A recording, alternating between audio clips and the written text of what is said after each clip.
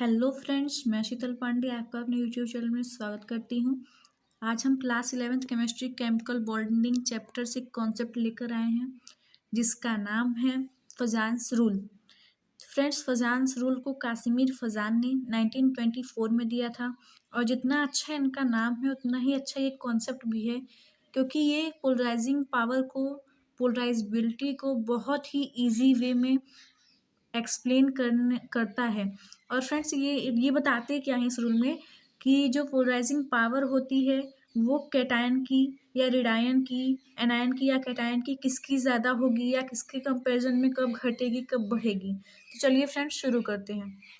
इनका जो first rule वो ये था कि धनायन की छोटी साइज, यानी कि ये कोई कैटायन है और ये कोई एनायन है, तो ये जितना छोटा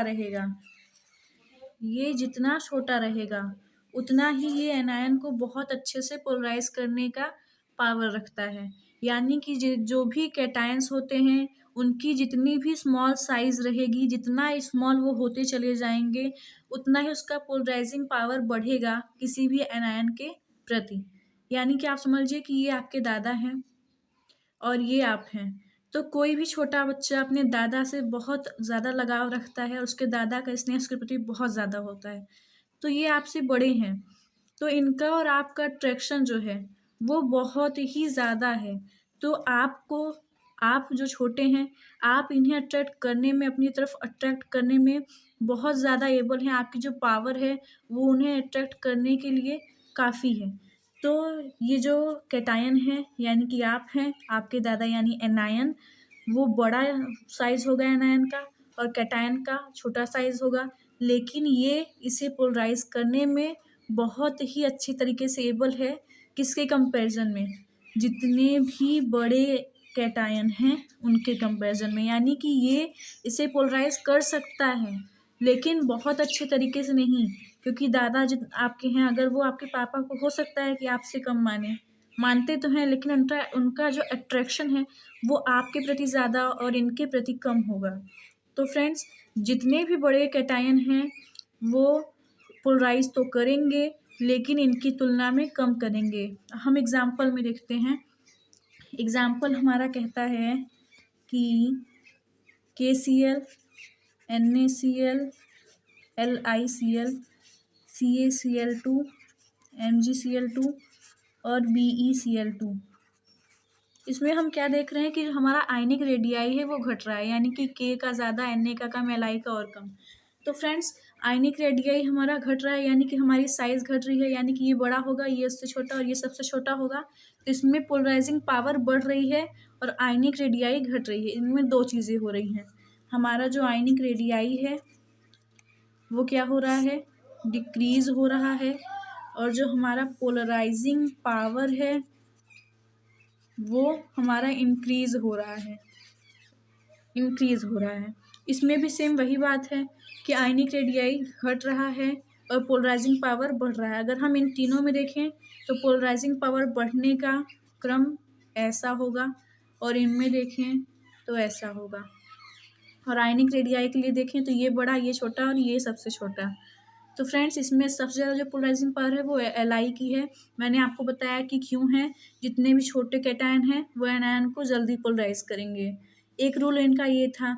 और फ्रेंड्स, सेकंड रूल, मतलब कि इसी रूल में एक पार्ट है कि ये तो हमने टॉप टू बॉटम वाले एलिमेंट्स के लिए देखा, लेकिन अगर हम LiCl, BeCl2 और BeCl3 के लिए देखें, अगर ऐसे में देखें तो फ्रेंड्स इसमें क्या हो रहा है? धनायनों का जो आवेश है, यानी कि जो कैटायन है वो बढ़ रहे हैं, क्योंकि Li का 1 प्लस, BeCl2 में Be का 2 प्लस और BeCl3 में B बोरॉन का 3 प्लस।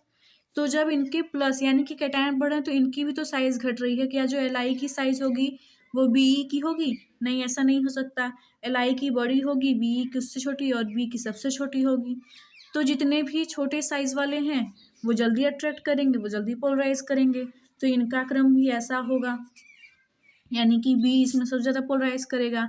ऐसे ही हम NaCl, MgCl2 और AlCl3 के लिए भी देख सकते हैं। सेम टू सेम यही कॉन्सेप्ट है उसमें भी। और फ्रेंड्स अब इनका जो दूसरा रूल था वो ये था कि जो इतने भी एनायन हैं उनकी बड़ी साइज़, एनायन की बड़ी साइज़ से क्या मतलब है कि एनायन की बड़ी साइज़ यानी कि अगर कोई एनायन है जो इतना है और कोई एनायन है जो इतना बड़ा है, कोई एनायन है जो इतना बड़ा है, तो हम कैटायन की बात करें, कैटायन सेम ही रहना है हमारा। तो अब कॉन्सेप्ट ये है कि यहाँ पे एक एनायन जो इतना छोटा और एक एनायन जो इतना बड़ा है, तो कौन इसे सबसे ज़्यादा पोलराइज करेगा, मतलब कि ये जो छोटा वाला है ये जल्दी पोलराइज होगा या ये जो बड़ा वाला एनायन है ये जल्दी पोलराइज होगा। तो फ्रेंड आंसर है कि जो बड़ा वाला है वो जल्दी जो है पोलराइज होगा। मैंने यहाँ पे बताया था कि जो बड़े हैं यानी कि आपके दादा हैं वो आपके प्रति ज़्यादा आकर्षित हैं, यानी कि अब आप इन्हें समझ लीजिए कि ये आपके दादा और ये आपके परदादा हैं। तो क्या ये आपके प्रति ज़्यादा अट्रैक्शन नहीं रखेंगे? इनका स्नेह तो आपसे और भी ज़्यादा होगा और इनका इनकी तुलना में थोड़ा सा कम। तो वही सेम कॉन्सेप्ट है कि इसका जो पोलराइजेशन है वो कम और इसका जो है वो ज़्यादा होगा। हम एग्जाम्पल में देखते हैं फ्रेंड्स, एग्जाम्पल है इसका LiCl, LiF, LiBr और Li आयोडीन। तो फ्रेंड्स इसमें क्या है कि जो F है इसकी साइज़ छोटी, Cl की इससे बड़ी, Br की उससे बड़ी और I की सबसे बड़ी होगी इन हेलोजन्स में। तो अब इनका जो साइज़ है यहाँ पे वो क्या हो रहा है, बढ़ रहा है ना। एटॉमिक साइज़ क्या हो रहा है ना, एटॉमिक साइज़ क्या हो रहा है, इंक्रीजेज। एटॉमिक साइज़ जो है वो बढ़ रहा है।